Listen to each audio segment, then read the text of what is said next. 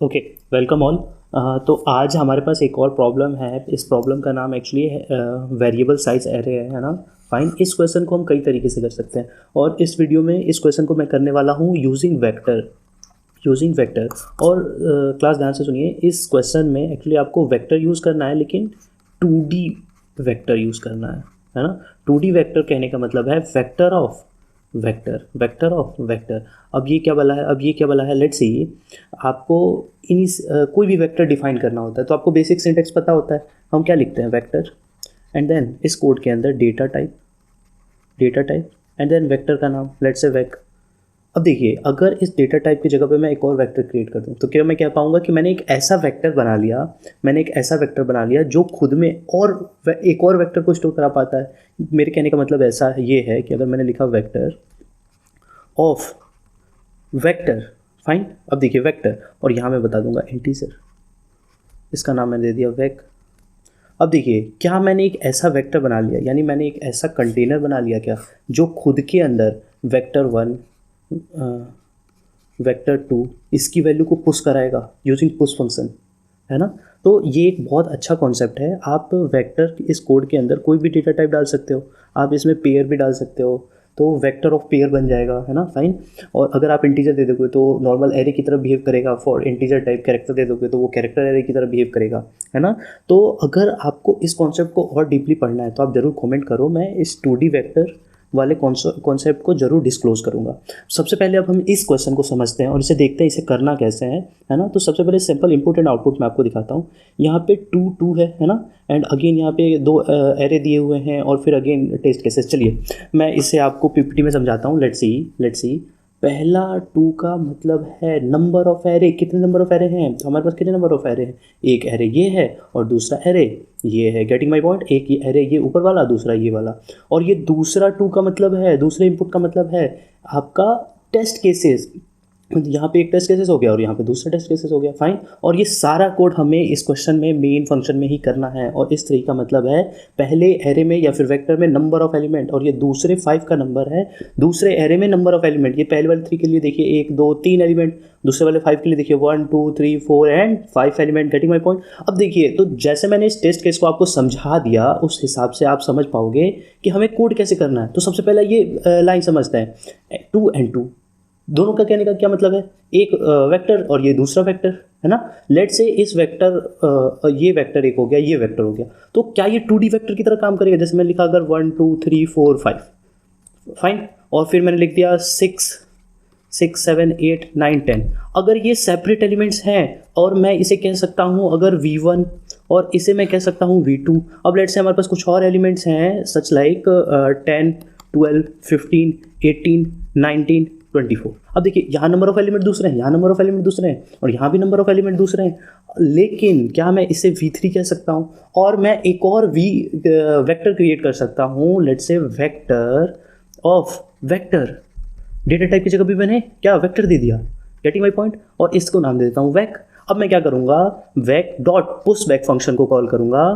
Push back किसके लिए, push back V1 के लिए, एंड अगेन V2 के लिए, एंड अगेन V3 के लिए। तो क्या मैं इन तीनों वेक्टर्स को एक कंटेनर में डाल पाऊंगा क्या, जिसका नाम होगा वेक। और इसमें एक वेक्टर, दूसरा वेक्टर और तीसरा वेक्टर होगा जिसमें नंबर ऑफ एलिमेंट कुछ भी हो सकते हैं, फाइन। तो ये अप्रोच रहेगा इस प्रॉब्लम को करने का। हम एक वेक्टर बनाएंगे, उसमें ये डेटा स्टोर कराएंगे, जैसे 1 5 एंड 4। Getting my point. और उसके बाद इस वेक्टर, जैसे मैंने यहाँ पे बना लिया V1, और इस V1 के सारे डेटा को मैं पुश करा दूंगा अपने वेक नाम के वेक्टर के अंदर। अगेन एक और वेक्टर बनाएंगे 1 ये, और इसे भी पुश करा देंगे इस वेक्टर के अंदर, इस फाइनल वेक्टर के अंदर। Getting my point. और ये हमारा ओवरऑल सिस्टम एक 2D एरे की तरह बिहेव करेगा। Getting my point. अब देखिए सबसे पहले अब प्रॉब्लम को करने का अप्रोच सोचते हैं। सबसे पहले तो हमें कितने वेरिएबल्स लेने हैं, ये 2 और ये 2। Getting my point. तो स्टार्टिंग में मैं ले लेता हूँ लेट्स से N1 और N2, है ना। और इन दोनों वेरिएबल्स में मैं यूज़र से ले लूँगा, ये दोनों वेरिएबल मैं यूज़र से ले लूँगा क्योंकि ये दोनों यूज़र इनपुट है। Getting my point. और तीसरा लूप के अंदर मैं लूप को पहले लूप को 2 टाइम, अगर दूसरे लूप को भी 2 टाइम चलाऊंगा, मतलब n1 टाइम और n2 टाइम चलाऊंगा। और लूप के अंदर सबसे पहले मैं लूँगा कितने नंबर ऑफ एलिमेंट मुझे इंसर्ट करने हैं, मतलब ये जो मैंने V1 क्रिएट किया इसमें कितने number of element, getting my point, इसमें कितने नंबर ऑफ एलिमेंट, और जो हम V2 अनदर दूसरे इटरेशन में हम फिर से साइज लेंगे और फिर से इसमें स्टोर कराते चलेंगे, गेटिंग माई पॉइंट। तो जल्दी से इस पूरे सिस्टम को कोड करते हैं। तो मैं अपने IDE पे आ गया, लेट्स सी मैं इसे थोड़ा सा बड़ा कर देता हूँ, अब मे बी आपको ज़्यादा अच्छे से विजिबल होगा। सी ये रहा हमारा सैम्पल इंपोर्ट, ये रहा हमारा सैम्पल इंपोर्ट। तो सैम्पल इंपुट में पहले क्या है, मुझे 2 वेरिएबल्स लेने हैं, तो मैं पहले सबसे पहले 2 वेरिएबल्स ले लेता हूँ, इंट n1 एंड n2, और मैं इन दोनों वेरिएबल्स को यूज़र से ले लेता हूँ, let's say C in n1 and n2, C in n1 and n2, getting my point. अब देखिए, अब मुझे क्या करना है, अब मुझे वेक्टर क्रिएट करना है। तो लेट्स से मैंने वेक्टर क्रिएट किया ऑफ वेक्टर ऑफ इंटीजर। अब देखिए ये पूरा लाइन आपको समझ में आ गया होगा, just give me a few second, मैं इसे ज़रा क्लियर कर दूं।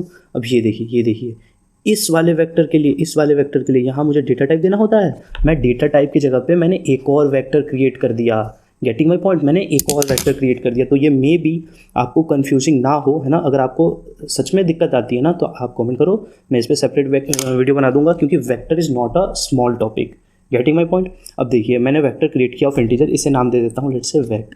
अब यहाँ पे एक स्पेस बार दे दीजिए, क्योंकि ये एक बेस्ट प्रैक्टिस होगा, मे बी किसी कंपाइलर पे ना चले, क्योंकि अगर आप यहाँ पे स्पेस बार नहीं देते हो तो आप याद करो ये राइट शिफ्ट ऑपरेटर की तरह बिहेव करेगा क्या, ऑब्वियसली, इसलिए यहाँ पे एक स्पेस बार मैं दे रहा हूँ, गेटिंग माई पॉइंट। अब देखिए पहला फॉर लूप चलाया मैंने, for loop int i equal to 0 से i is less than n1 and i plus plus, fine. और दूसरा लूप, दूसरा for loop int j equal to 0 से j is less than n2 and j plus plus see. अब देखिए ये n1 n2 पहला input हो गया, n1 n2 पहला इंपुट हो गया। अब दूसरा इंपुट क्या है, 3 क्या है, साइज। तो साइज को आपको लूप में लेना पड़ेगा, और तब तक लेना पड़ेगा जब तक आपके नंबर ऑफ इनपुट खत्म नहीं होते, और यहाँ पे नंबर ऑफ इनपुट कितने हैं, 2, ठीक है। तो अब देखिए मैं यहाँ पे ले लेता हूँ इंट साइज और मैं सी इन साइज, ठीक। अब देखिए एक गलती यहाँ पे हो गई कि मुझे इसे n2 टाइम नहीं चलाना, मुझे इसे साइज टाइम चलाना है, क्योंकि इस वाले लूप के अंदर मैं नए वेक्टर के जैसे 153 है, इस एलिमेंट को मैं पुश कराऊंगा, ठीक है। तो अब देखिए मैं यहाँ पे कराता हूँ, लेट्स सी, इसे हटा दो यार, इसकी ज़रूरत नहीं है अभी। तो लेट्स सी यहाँ पे पहले मुझे वेक्टर क्रिएट करना पड़ेगा, just give me a few second.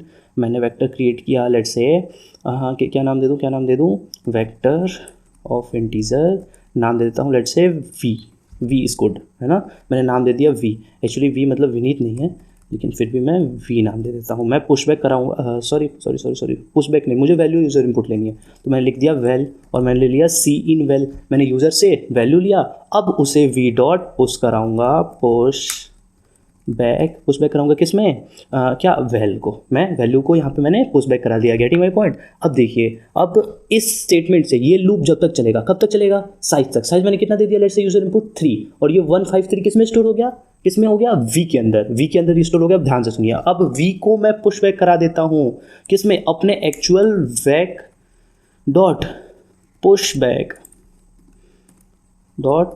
क्या पुशबैक करा दो, तो वी को ही पुशबैक करा दो। लो वी जो मैंने यहाँ पे वेक्टर क्रिएट किया उसी को पुशबैक करा दूँ, मैं उसी को पुशबैक करा दूँ, अगली बार फिर से डेटा ओवरराइड होगा, फिर से पुशबैक हो जाएगा, फाइन, गेटिंग माई पॉइंट, कोई डाउट नहीं यहाँ तक। अब देखिए, तो इतना स्टेटमेंट करके ये लूप कितनी बार चलेगा, ये लूप चलेगा 2 बार, क्योंकि आपका इनपुट कितना है, 2। अगर मान लो ये 3 होता तो इसका मतलब ये था कि 3 वेक्टर्स हैं, वेक्टर में कितने कॉलम्स हैं, कितने रोज हैं, 3। अब देखिए रो और कॉलम पे आप कंफ्यूज ना होना, जैसे यहाँ पे ये एलिमेंट है ना 153, कुछ ऐसे एलिमेंट है, sorry just give me few second, 154 and 1 2 8 9 and 3। तो यहाँ पे रोज कैसे हैं, इस तरह से रो है ना, और कॉलम कैसे हैं, इस तरह से कॉलम है। ये एक्चुअली ये ट्रिक मैंने ही बनाया है याद रखने के लिए, क्योंकि मुझे पिक्टोरियल वे में चीज़ें ज़्यादा अच्छे से याद होती हैं। तो अगर ये लूप को मैं 3 बार चला रहा होता तो इसका मतलब क्या था कि सॉरी यहाँ पे मुझे n1 की वैल्यू कितनी देनी होती, 3। तो उस केस में एलिमेंट कितने हो जाते, जैसे 2 4 3 9, इतने एलिमेंट जो भी आप स्टोर कराना चाहो। लेट्स से ये सैम्पल टेस्ट केस हमने सोचा, है ना। अब देखिए ये हमने पुश करा दिया, तो इतना करने के बाद आपका इतना वाला लाइन कंप्लीट एवरीथिंग कंप्लीट। अब नीचे वाला लाइन करते हैं। नीचे वाला हमारा स्टेटमेंट क्या कह रहा है, 0 1 एंड 1 3। ये कहने का क्या मतलब है, ये कह रहा है कि 0 तो इंडेक्स पे सुनिए, ध्यान से सुनिए, 0 column and 1 index, 0 column, 0 column and 1th रो, इसमें वैल्यू क्या है? तो ये है हमारा एरे, है ना। इसमें देखो 0 और 1 पे वैल्यू क्या है, आप यहाँ पे देखो 0 और 1 का स्टेटमेंट कौन सा आ रहा है, ये आ रहा है क्या? इससे आप ऐसे समझो कि अगर ये आपका एरे है, इसे मैं क्लियर कर दूँ, अगर ये आपका एरे है 1 5 4 और दूसरा कितना है 1 2 8 9 एंड 3, ये इस वाले की पोजीशन क्या है? इस वाले की पोजीशन है 0 0, इस वाले की 0 1, इस वाले की 0 2, इस वाले की 1 1, इस वाले की 1 2, sorry 1 0, I am so sorry, 1 0 1 1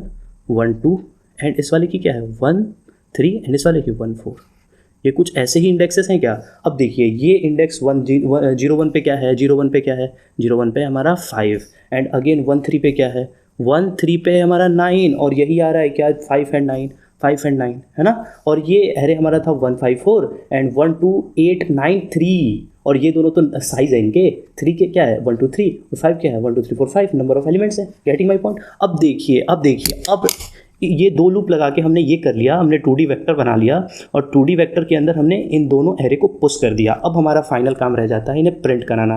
तो सबसे पहले दोनों इंडेक्स को आप तो यूज़र से लोगे, तो लेट से मैं नाम दे देता हूँ रॉ एंड COLUMN कॉलम, है ना। मैंने यूज़र से ले लिया raw and column. Getting my point? Column. अब मैं क्या करता हूँ, अब मैं एक अब मुझे इन दोनों के डेटा को मुझे प्रिंट कराना है ना, प्रिंट कराना है, तो नंबर ऑफ इनपुट टाइम चलाना पड़ेगा। Just give me few second, just give me few second, just give me few second for int i equal to 0, i is less than. अब देखिए लेस देन कितना, ये याद करिए आप, ये याद करिए दूसरा इनपुट, ये दूसरा क्या था, ये 2 क्या था, नंबर ऑफ इनपुट्स कितने हैं याद करिए आप, जो स्टार्टिंग में हमने लिया था n1 एंड n2। इसलिए ये वाला लूप हम कितने टाइम चलाएंगे, give me few second, n2 time क्यों चलाएंगे, n2 टाइम क्यों चलाएंगे, क्योंकि ये दूसरे वाले इनपुट का क्या मतलब था, कितने टेस्ट केसेस हैं यहाँ पे, 0 1 है और 1 3 है। अब लेट से एक और होता 2 4 का पोजीशन फाइंड करो, 2 4 पोजीशन पे क्या है, तो वो एक और सैंपल इनपुट हो जाता ना, वो एक और सैंपल इनपुट हो जाता। इसलिए हमें इसे कितनी बार चलाना पड़ेगा, 2 टाइम, जो कि पहले ही हमने यूज़र इनपुट ले रखा था। ठीक है, n2 टाइम चलाएंगे और हम हर बार करेंगे i plus plus. Getting my point? और अब मैं यहाँ पे प्रिंट करा देता हूँ सी आउट। तो सी आउट क्या प्रिंट कराना है मुझे, अपना एक्चुअल वैक of row and column, COLUMN column. Getting my point? ये हमने कोड कर दिया इन दोनों डेटा को प्रिंट करने का। चलिए अब तो कोई डाउट नहीं है इस क्वेश्चन में। अब मैं इस कोड को ना रन नहीं करूँगा, मैं इसे सबमिट करूँगा। सबमिट इसलिए करूँगा क्योंकि मुझे भरोसा है मेरा कोड गलत नहीं होगा। Just give me a few second, क्या होता है, अरे 1 मिनट, देखते हैं क्या दिक्कत है।